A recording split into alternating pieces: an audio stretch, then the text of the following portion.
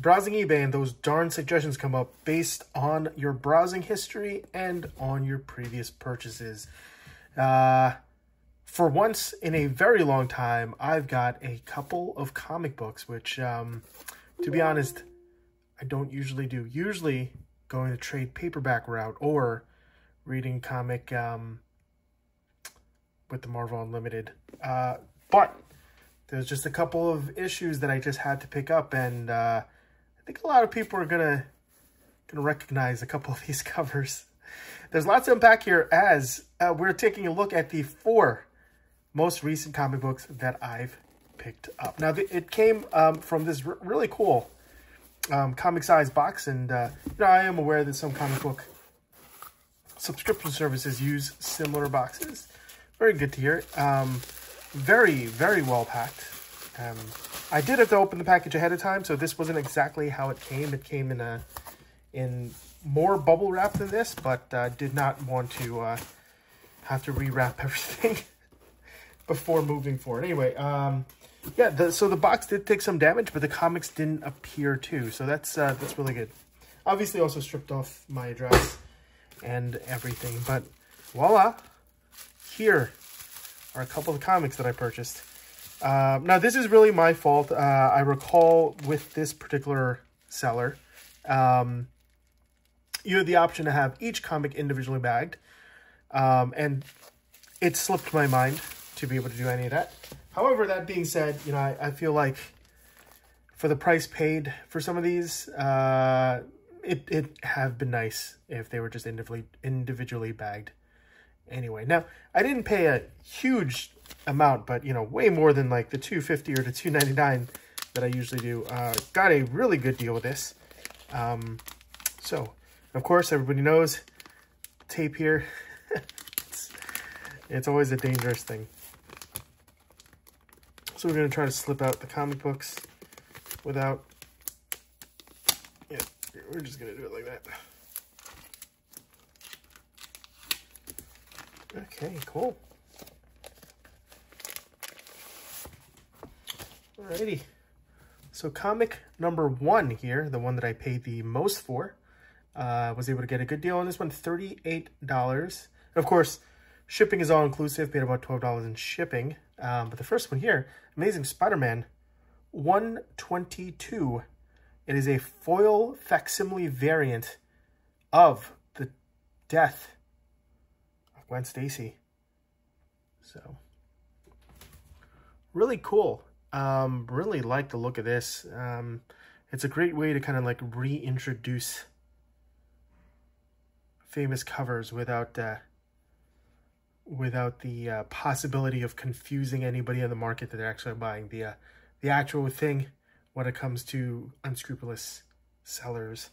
But yeah, so the great thing about it is the facsimile variant, and this is going to go across the other 3, is that it includes all the original ads, which really makes it quite a treat to look back in time, not only at a classic story, but also at these advertisements.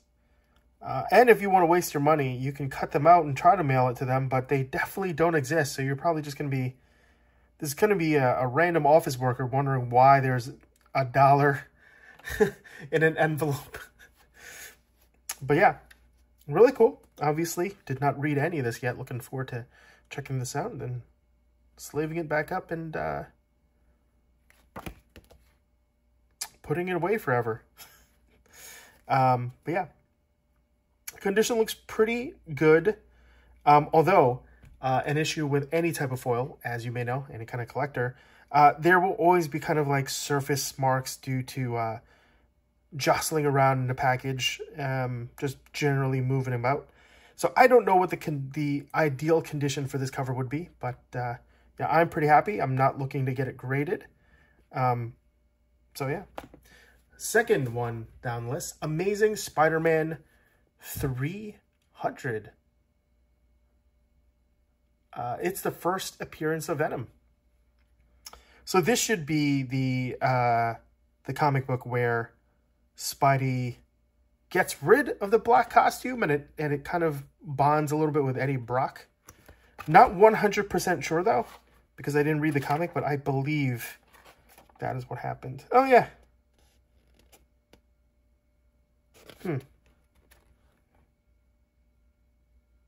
I guess he had already... The symbiote had already left and is already bonded with Rock.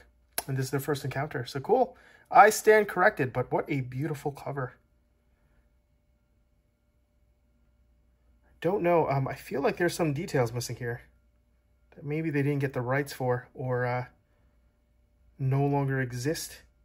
But we can see the comics code here, so I don't know what the issue is just about there. Maybe the... Oh, you know what? Maybe it's the original price. Yep, that looks about right. Price missing here. Price missing there. Because they don't want to have to...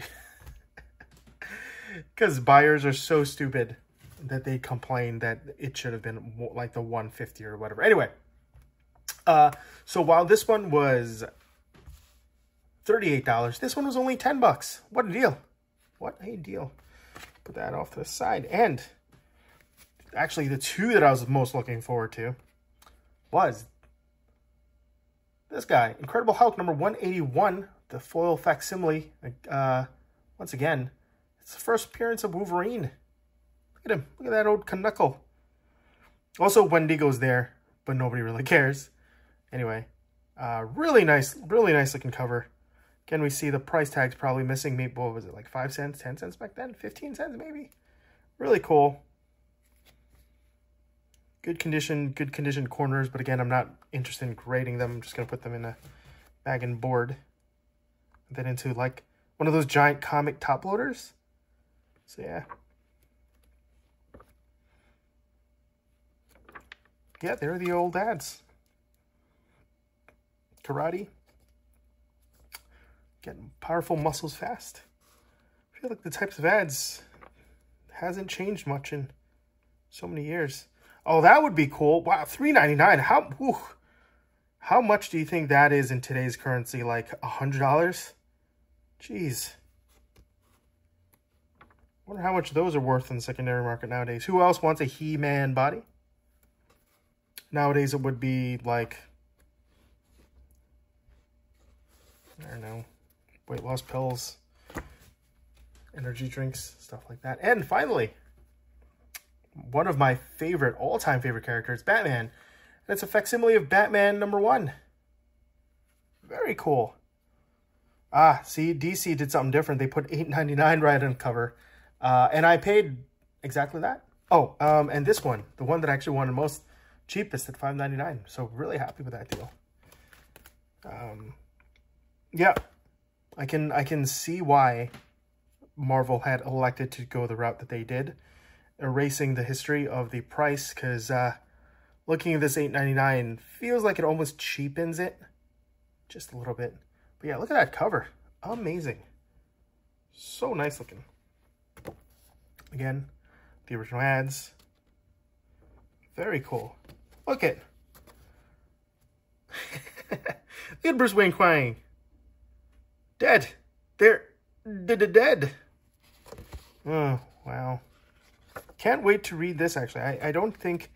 Although, as a child, I may have read these two in some kind of compilation. No, actually, as a child, I've probably read this one and then immediately lost that comic.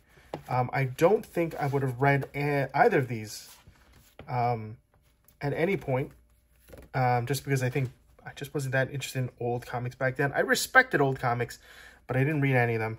But I could read. Let's clarify that. And finally, there is this Batman. Very cool. But before we move on, though, I just want to highlight a couple of vintage sealed boxes that I've got coming down the pike. We've got the 1992 Impel DC Cosmic Cards trading card box. We've got the 1992 Uncanny X-Men trading cards with art by Jim Lee. I have got the 1991 Marvel Universe Series 2 trading cards. And finally, the big one, the most notable of them all, released way back in 1990 when I was still in elementary school. the Marvel Universe Series 1 trading cards. Now, this is an incredibly difficult to find box nowadays. Well, for a decent price, I should say, with the potential for some serious value. Now, recent PSA 10 auctions for hologram inserts were as high as $5,000. With a standard base set PSA 10, depending on the character, of course, going as high as $722, and I believe that was for Cosmic Spider-Man.